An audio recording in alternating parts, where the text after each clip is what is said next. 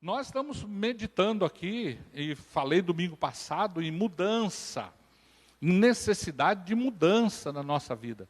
E eu continuo crendo nisso, viu? Desde antes de pregar domingo passado, eu já estava crendo nessa necessidade de mudança, continuo crendo nessa necessidade de mudança em nossas vidas, e continuo crendo que há um empoderamento santo na nossa vida ao concretizar essas mudanças. E quando falamos em empoderamento, estamos falando de melhor, de ser melhor em tudo, aquilo que somos, tudo aquilo que fazemos. E eu creio nessa necessidade mesmo de mudança. A mudança é sempre para experimentar a promessa de Deus na nossa vida. O texto que nós vamos ler, eu quero convidar você a abrir a sua Bíblia aí, em João capítulo 10, versículo 9 e 10. Você abrir aí a sua Bíblia, eu uso aqui a nova versão internacional, NVI, mas quando você trouxer a sua Bíblia e traga a sua Bíblia, ande com a Bíblia. Hoje nós estamos conversando sobre isso, né? Tem que andar com a Bíblia, tem que sair com a Bíblia, não tem que vir para a igreja com a Bíblia. Nós continuamos sendo o povo da Bíblia, continuamos sendo o povo do livro, debaixo do braço, não é? Então, abra a sua Bíblia em João, capítulo 10, versículos 9 e 10.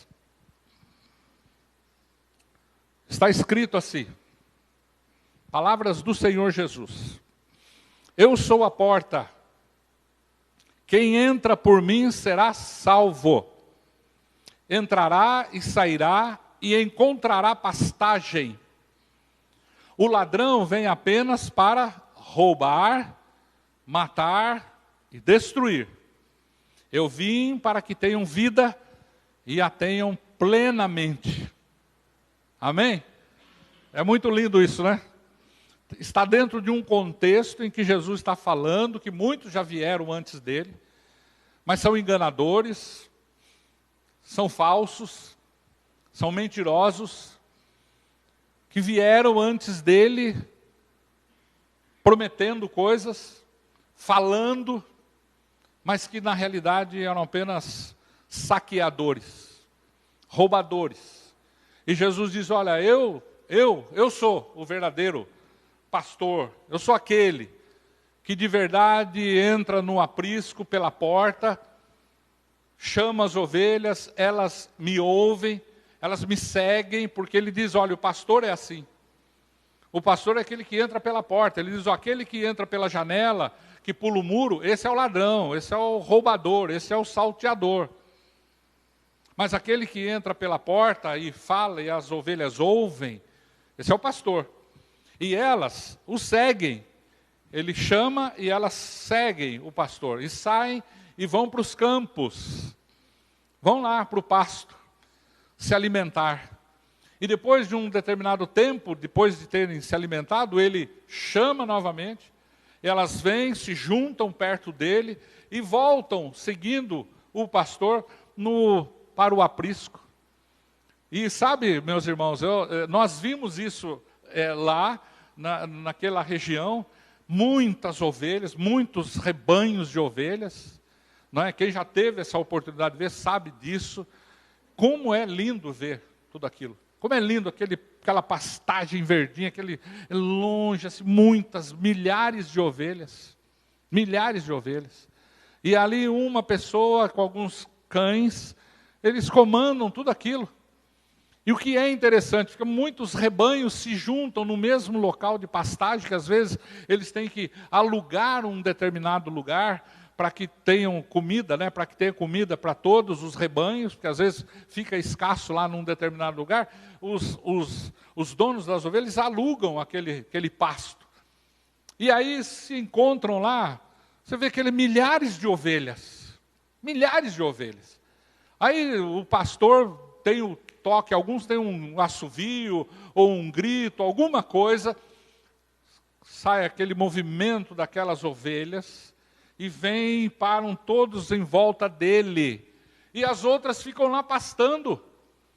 E aí vai um outro pastor e chama do jeito dele, as ovelhas se movimentam e às vezes se divide, 3, 4, 5 rebanhos. E aí Jesus fala disso. As ovelhas conhecem a voz do pastor e seguem. É algo assim muito lindo, de você pensar exatamente o que Jesus disse. Agora, mais do que isso, Jesus diz assim, eu não só entro pela porta como pastor, eu sou a porta. Eu sou essa porta. E se entrar por esta porta, você vai ser salvo. Porque lá fora tem muitos lobos devoradores, muitos enganadores, muitos falsos profetas e pregadores que trazem a palavra de morte. Mas ele disse, se você entrar por essa porta, que sou eu, você vai ser salvo disso. Desses lobos devoradores, dessa destruição que está lá fora. E você vai encontrar, me seguindo, você vai encontrar uma pastagem. Pastor não vai levar você para um lugar cheio de pedras e seco. Não, ele vai levar você para um lugar verdinho. Aquela comida saudável que vai nutrir a sua vida, nutrir o seu corpo, não é? É assim que funciona. E ele diz, o ladrão esse que pula pela janela, o que vem na calada da noite, sorrateiramente, ele vem apenas para roubar, matar e destruir. Mas eu vim para que você tenha vida e tenha plenamente essa vida. Então, eu creio nessa mudança que se faz necessária na nossa vida, para que haja esse empoderamento santo, para que eu seja melhor mesmo em tudo. Eu preciso disso. E essa mudança, para ser experimentada, tem 2 caminhos que Jesus aponta aqui, apenas 2. Nesse texto aqui, temos 2 caminhos. O primeiro caminho que ele aponta aqui, é você não ouvir a voz do ladrão. Não ouvir a voz do ladrão. E você sabe que essa comparação aqui, esta alegoria, essa parábola aqui, está se referindo ao diabo. O inimigo das nossas vidas, o arqui-inimigo de Jesus, o que vem para matar, roubar e destruir. E ele diz, não ouça essa voz. Não ouça o ladrão. Não ouça o diabo, porque ele vem para matar, roubar e destruir. E o ladrão faz você viver uma vida de mentiras.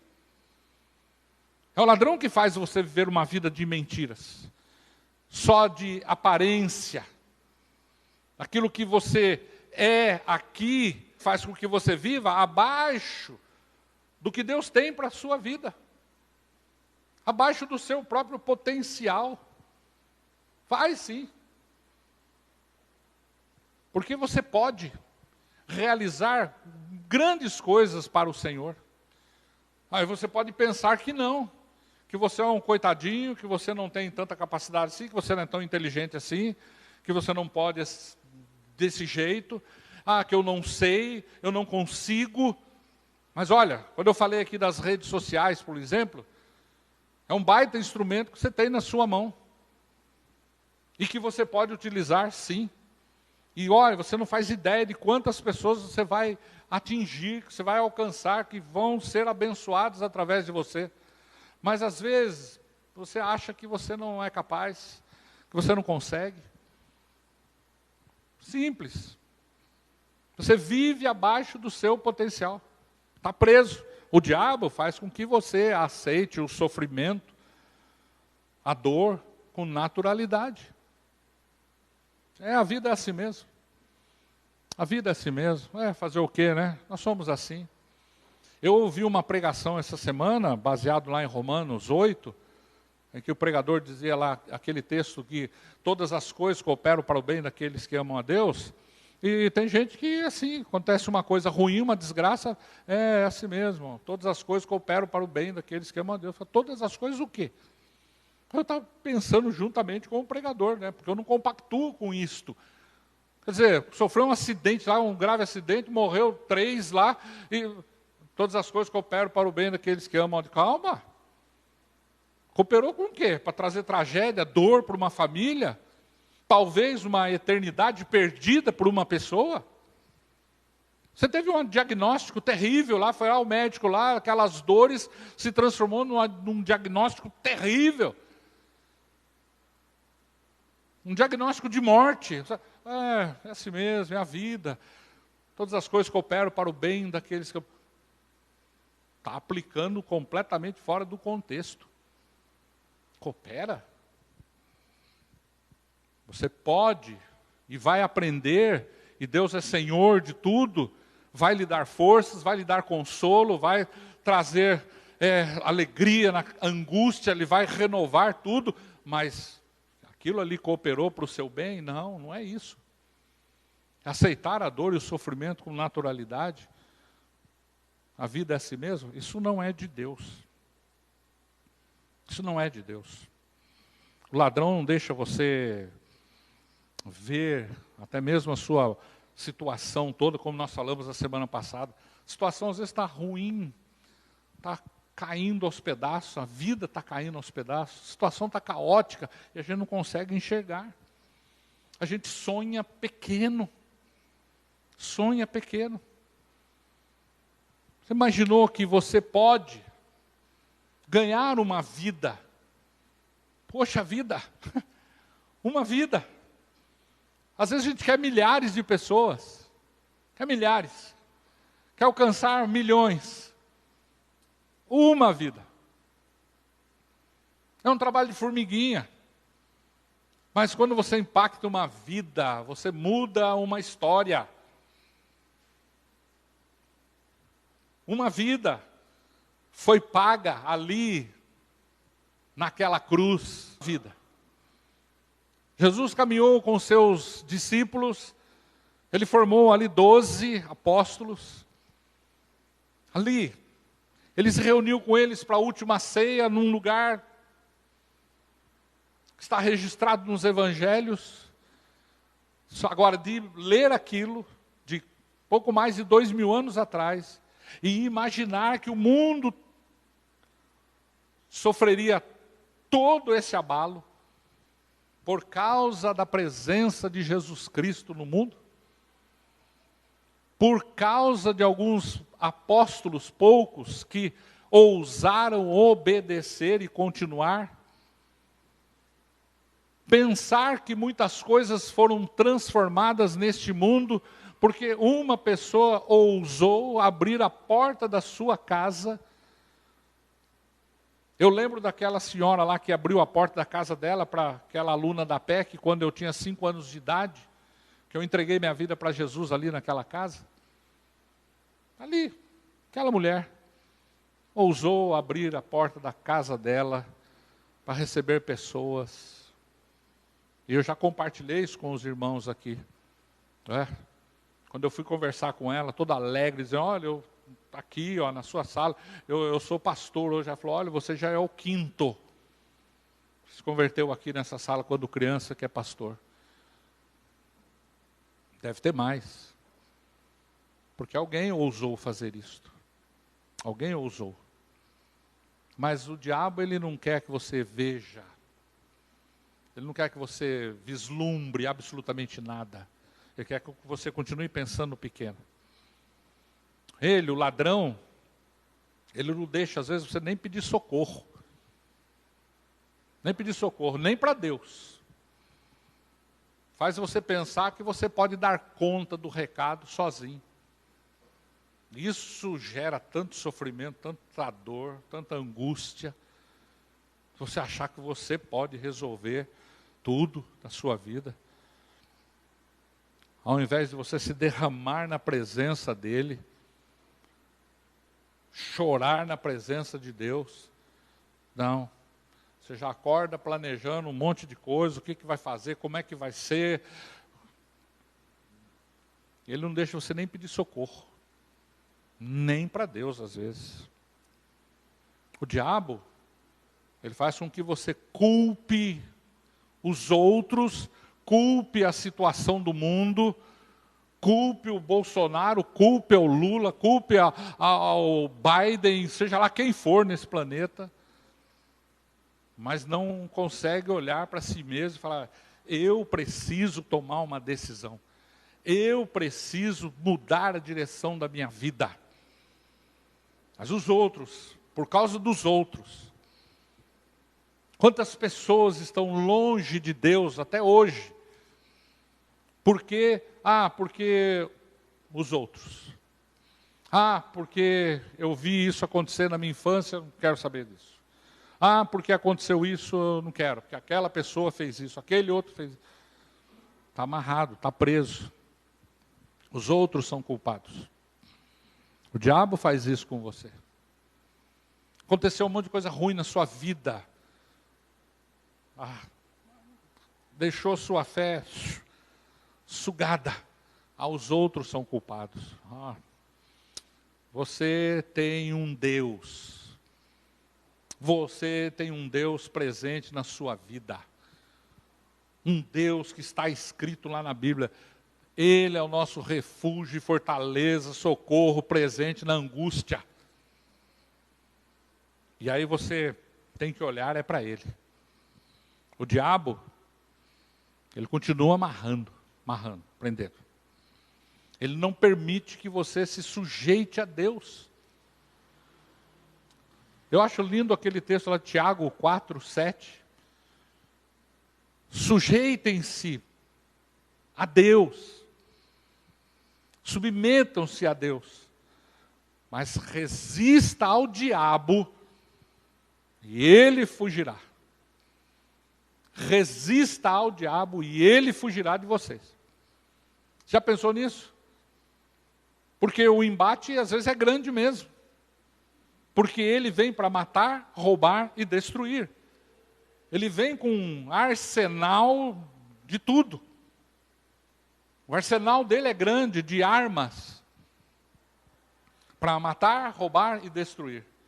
E aí diz, olha, submetam-se a Deus. E resistam ao diabo. Resistam. E ele fugirá. Tem que haver resistência. Não ouvir a voz dele. Esse é um caminho que Jesus aponta aqui para uma mudança real na nossa vida. De eu fazer uma avaliação aqui do que está falando alto na minha mente, o que está falando alto no meu coração. Por que eu estou reagindo desse jeito? Por que eu estou assim? Que é o maior interessado que eu continue desse jeito. Então tem que haver uma mudança. Um outro caminho que ele aponta aqui é ouvir a Jesus. Parece chover no molhado, né? Pastor, isso é mole, tranquilo. Mas esse é o caminho.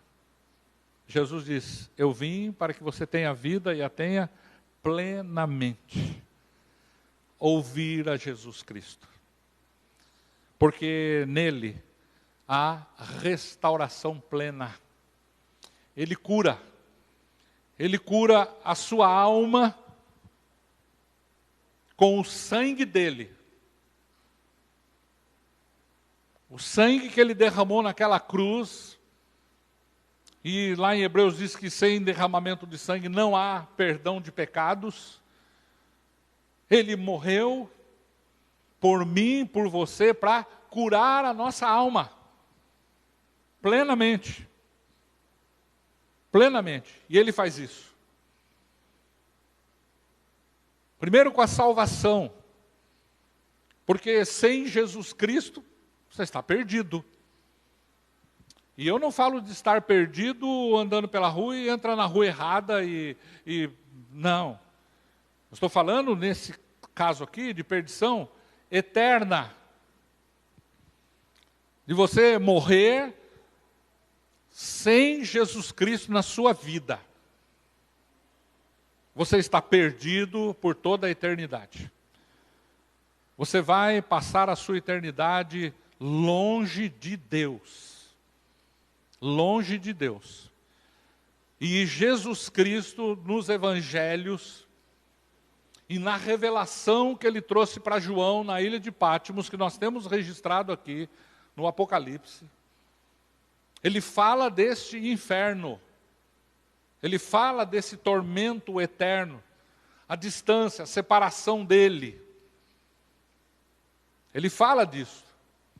Isso não foi uma história inventada por nenhum pastor, por nenhum missionário, que viajou pelo mundo para pôr medo nas pessoas, para ganhar as pessoas. Não. Mesmo porque a mensagem é de amor. A mensagem começa com Deus amou o mundo de tal maneira. E Ele deu o seu Filho, o unigênito. Ele deu, Deus deu o único Filho dele. Para morrer no meu lugar, no seu lugar, para que todo aquele que crer nele seja salvo. Seja salvo. Ele diz, não pereça. Perecer, tem idade de perene, de eternidade, não pereça, mas tenha vida eterna. Então, Jesus restaura, Ele cura. Começa com a minha alma. Eu preciso ouvir a Jesus, porque em Jesus há libertação plena das minhas fraquezas. E quem é que não tem o seu ponto fraco, não é? Quem é que não tem? A gente olha, às vezes, fica sabendo do ponto fraco do outro, a gente fala, ele é fraco, né? Mas todos nós temos e todos nós precisamos vencer isso. Agora, Jesus nos liberta disto. Ele trata disto, trazendo libertação das nossas fraquezas. Em Jesus nós temos libertação plena do nosso temperamento. Do nosso temperamento.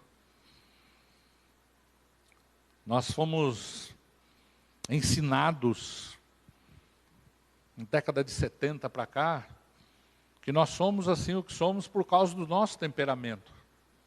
E tudo bem, concordo, eu estudo, leio bastante, é verdade. Psicologia está aí para ensinar um monte de coisa para a gente também. Mas o nosso temperamento precisa ser quebrado, precisa ser vergado, precisa ser transformado. Porque pelo meu temperamento, eu quebro a cara das pessoas. Eu sou assim mesmo.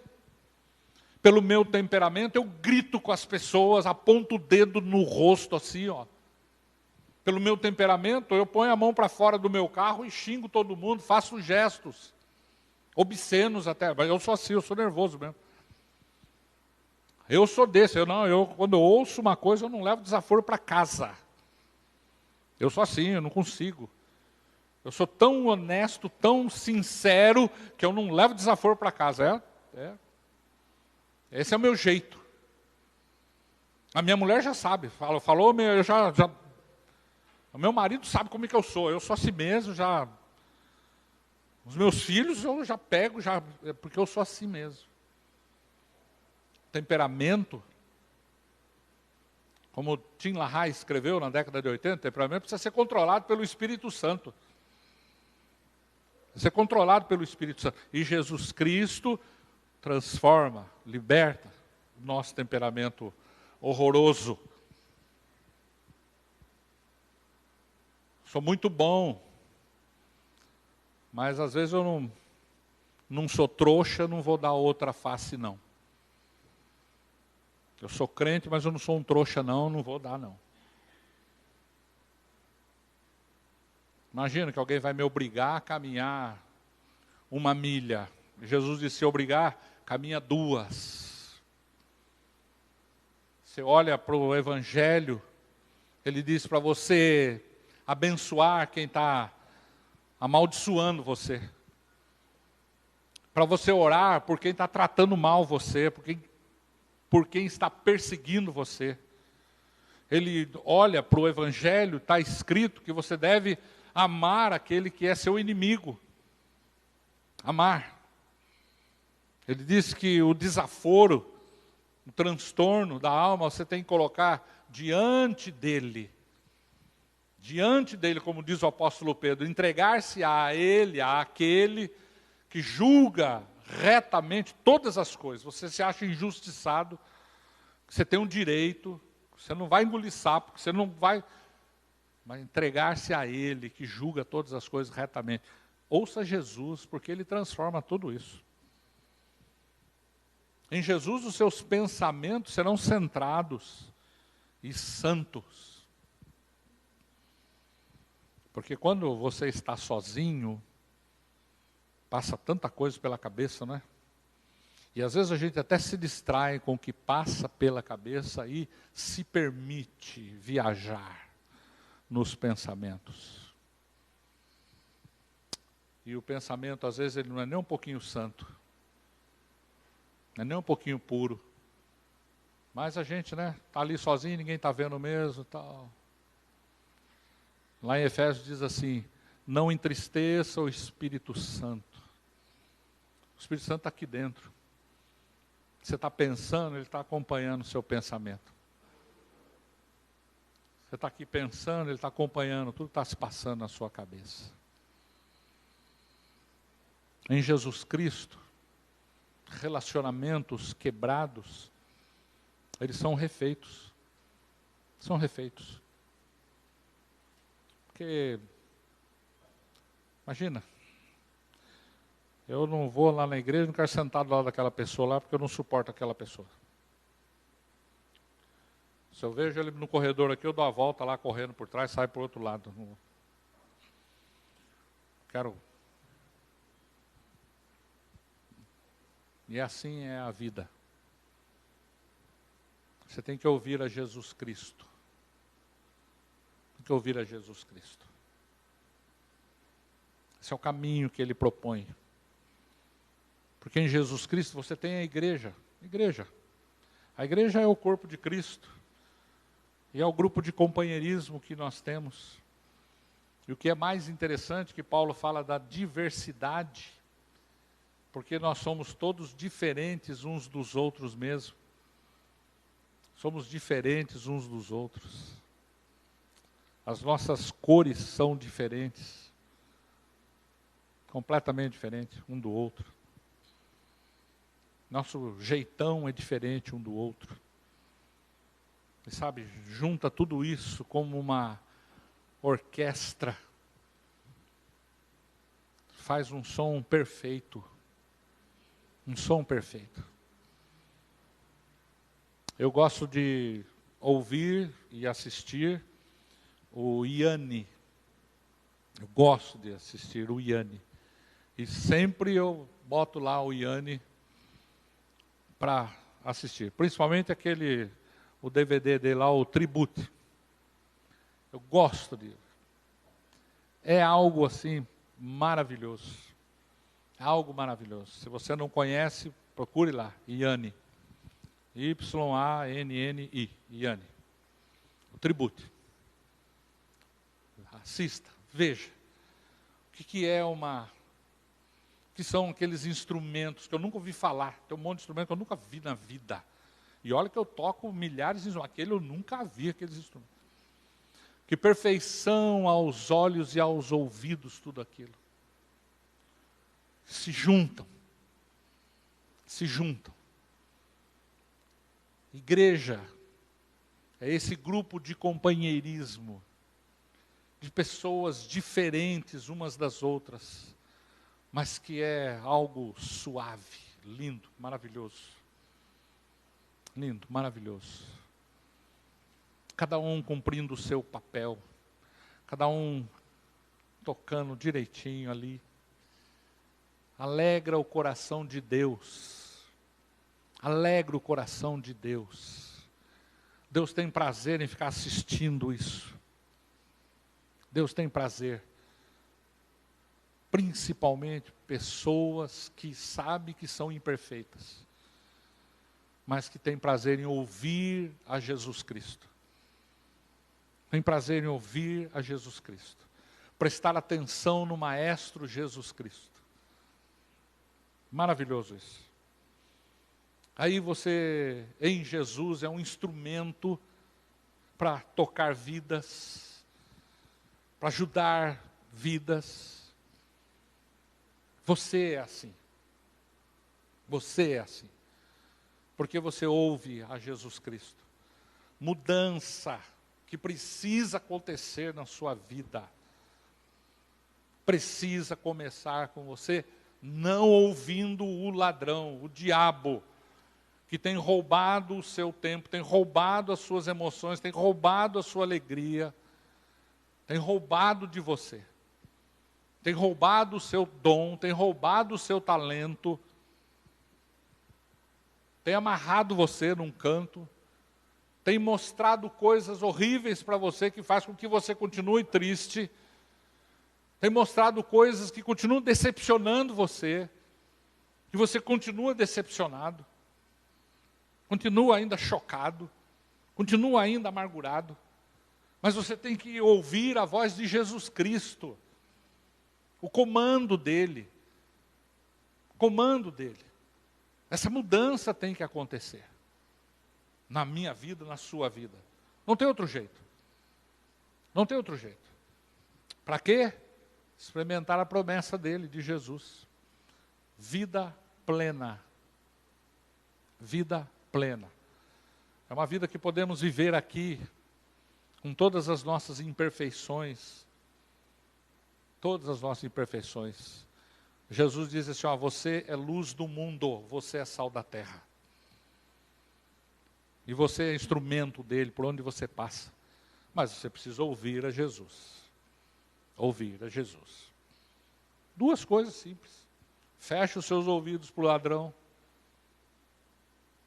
acorde amanhã, um novo dia, uma nova vida, comece a ouvir a Jesus Cristo, comece a ouvir a Jesus. Para a sua reflexão, o que você precisa que aconteça na sua vida agora? O que você pediria agora para Jesus? Que mudança você quer agora na sua vida? Talvez você pense agora, bom, agora deu um branco aqui, eu não sei nem o que falar para Jesus. Não sei nem o que pedir para Ele agora. Mas o que é que você quer que aconteça na sua vida?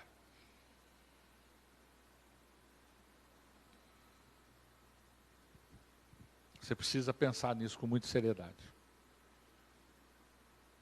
Para você ir para a pastagem, para o lugar de alimento em fartura, terra verdejante,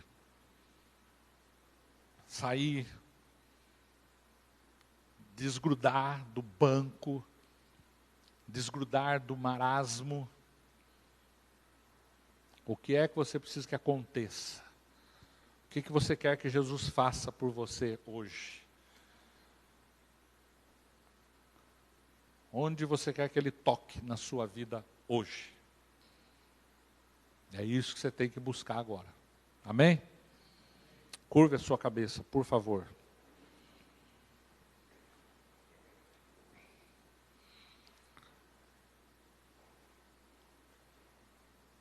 Fale para Jesus. Eu quero que o Senhor toque na minha vida, porque eu ando muito fraco. Eu quero que o Senhor toque na minha vida, porque o meu temperamento é do diabo.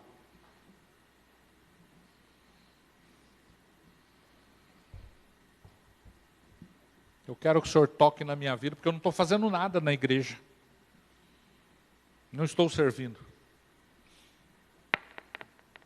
Eu quero que o Senhor toque na minha vida, porque eu não sou generoso na hora de contribuir com meus dízimos e ofertas. Eu não sou generoso. Toque na minha vida, por favor. Tira a avareza de mim. Toque na minha vida, porque eu tenho deixado passar as oportunidades de testemunhar da minha fé.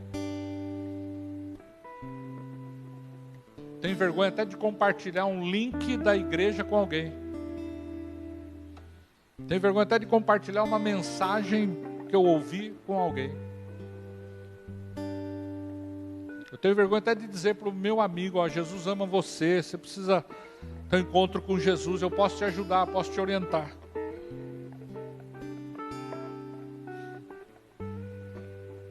quero que o Senhor toque na minha vida, porque eu não estou orando como eu até penso e gostaria. Quero que o Senhor toque na minha vida, porque eu arrumo desculpas para não me debruçar na Tua palavra. Eu faço tanta coisa, mas eu não consigo me debruçar na Tua palavra. Não consigo ler com prazer alguns versículos da palavra.